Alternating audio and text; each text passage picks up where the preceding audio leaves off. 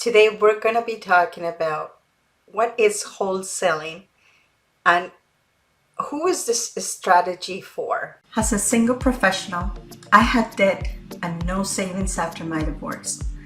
I always wonder how I can start investing in real estate to secure my future.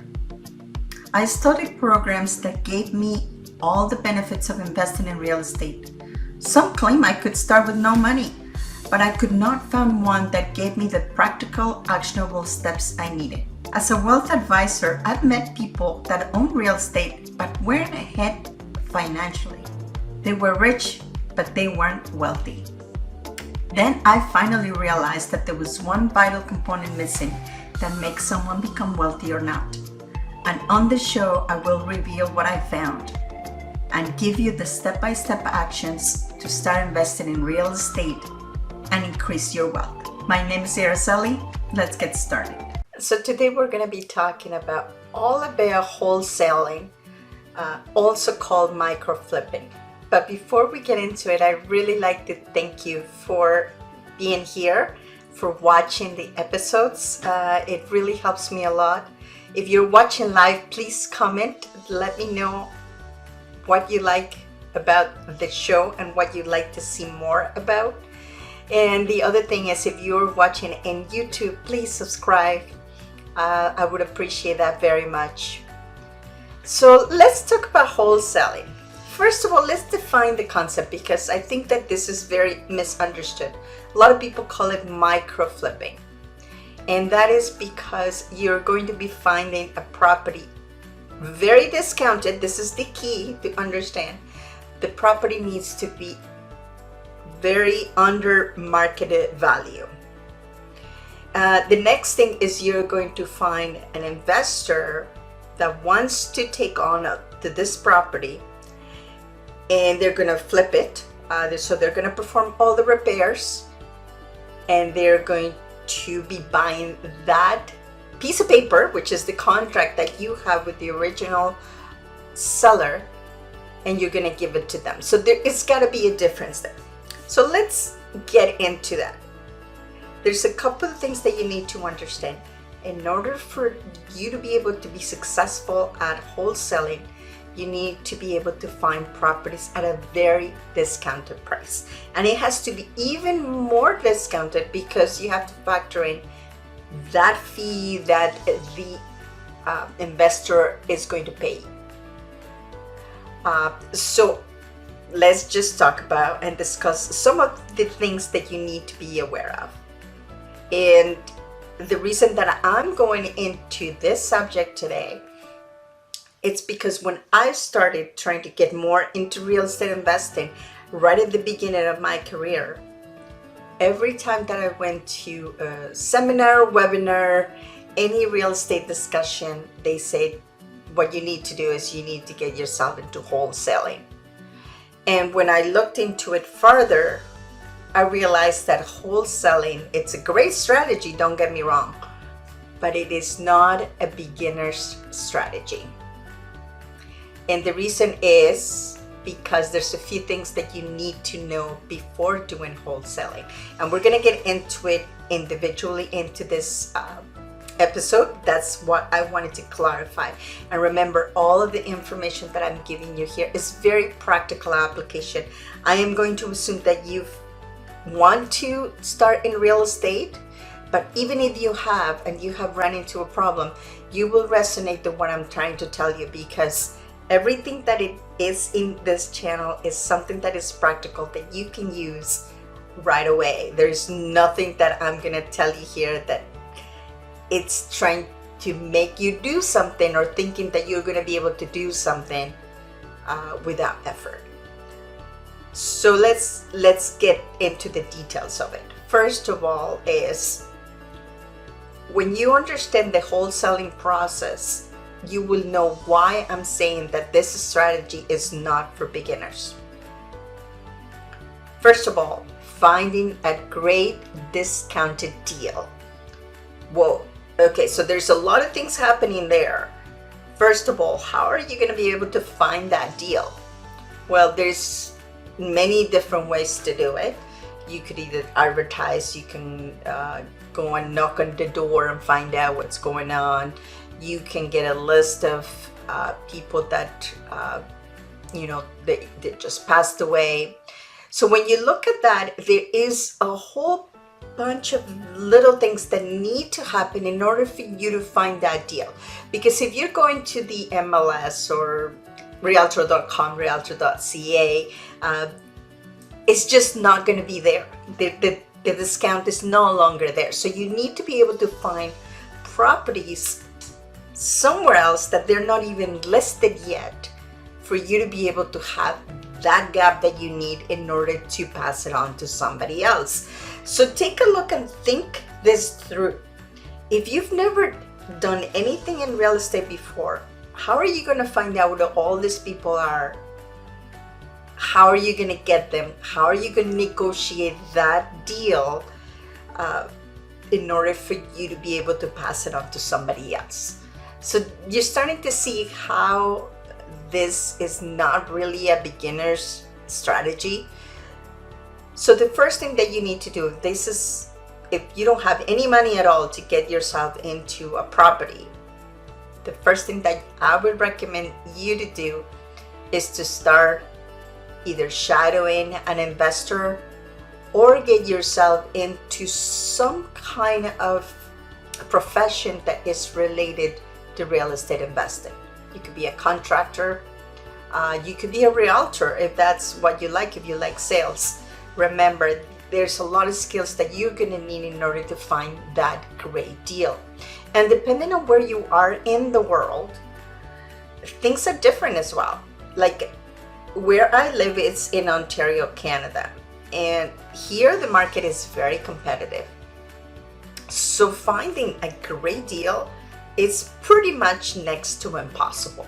So that strategy might not work here at all. Another thing that is happening here that is, I would consider wholesaling or microflipping, is people that get themselves into buying a condo when it goes into pre-sale. And that is a great way to make money, or that was a good way to make money.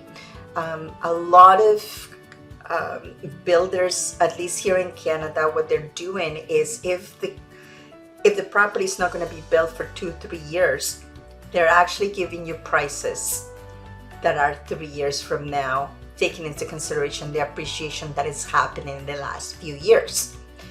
Which in my opinion, that's the whole thing about buying below market value. And that was the great thing about doing condos in the past, that you could buy at today's price and wait for 3 years. So that's 3 years of appreciation, especially in this type of market, that it would work fantastic for people if they can just commit to whatever the minimum down payment was, and you could get really good appreciation and sell it. And that is called, and obviously you have to make sure that you have an assignable contract. That means that you can give it to somebody else for a fee to be able for them to close on the property and take possession of the property before you even do anything at all. So that's one thing. The other thing that you need to consider as well is, if you are in the States, is to make sure that you check the particular state law, because in some states wholesaling is not allowed. And if you want to do such a transaction, if you're able to find a property really undervalued and pass it on to somebody else, you may have to close on that property first and then resell it to the investor that wants to do the repairs and flip it. So you really need to check what it is that is allowed in your state before you do anything. So there you go again. There's a lot of things that you need to get in touch with. So that's why it's important to start building a team and then obviously to make sure that you can do it and that you're able to do it, because it takes a great amount of time to find a great deal. So the next thing that it is also not really for beginners is how to estimate the repairs. Because remember, when you're looking at a deal or what you think is a good deal, it all depends on the amount of work that is required. And for you to be able to estimate what it's needed, you need to have some experience, right? You don't have to be a contractor, but you need to have experience at least to see 2, 3, or 4 flips that you can take a look at how much each one of the items cost, because every house is different. Some of them are going to require a lot more extensive work, especially if the house is dated. If it's older, it might be functional, but they have a dated kitchen. You might have to open up the walls to make it open space.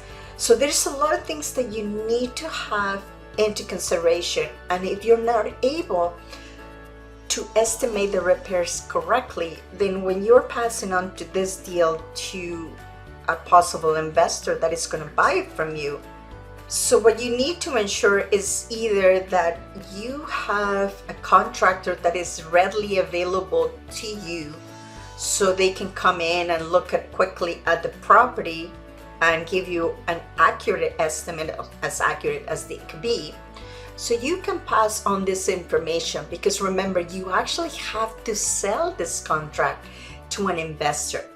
This is not something that you're going to be doing, okay, this is a good deal, buy it, right? You have to explain to them how is it good for them to buy it from you, because remember, they're going to pay you a fee, and they're glad to pay you that fee if the numbers make sense. And you have to exactly give them an estimate of what it's going to take to repair that property. So that's what I wanted to talk to you about. Remember, if you've seen out there that wholesaling is the best way to get started in real estate, I'm going to disagree with that because of those reasons. Because there's a lot of things that you need to know in order for you to spot that deal, in order to know how much is required to be repaired, and then put that package together and give it to somebody. And you have to do that very, very quickly, which you can only do that with experience. So who is wholesaling best for? I'll say if you're already in the flipping business and you have done 2, 3, 4 flips, you're more likely to find that good deal because you're always looking for it and you already know and have a source of where to find them. In the case that you get extremely busy, maybe your crew is tapped out, or maybe you don't want to take advantage of this because you're too busy doing something else. For whatever reason, that is the best way to do wholesaling, because now you have a great deal on the contract. Now you know how to estimate the repairs, and now you have the contacts for you to be able to put this deal together and show it to somebody and make this deal happen. And obviously have to lock it down and get the seller to agree to buy, to sell the property. So that's all I have for today. Let me know what you think about wholesaling. And if you've done wholesaling, let me know how you got started. We'll see you in the next one. Thank you for being here on the show. Please remember to subscribe and hit the notification bell to get notified when there are more shows available. And if you would like to have more information on how to start investing in real estate, please visit my website at www.aracelihernandez.com. Thank you.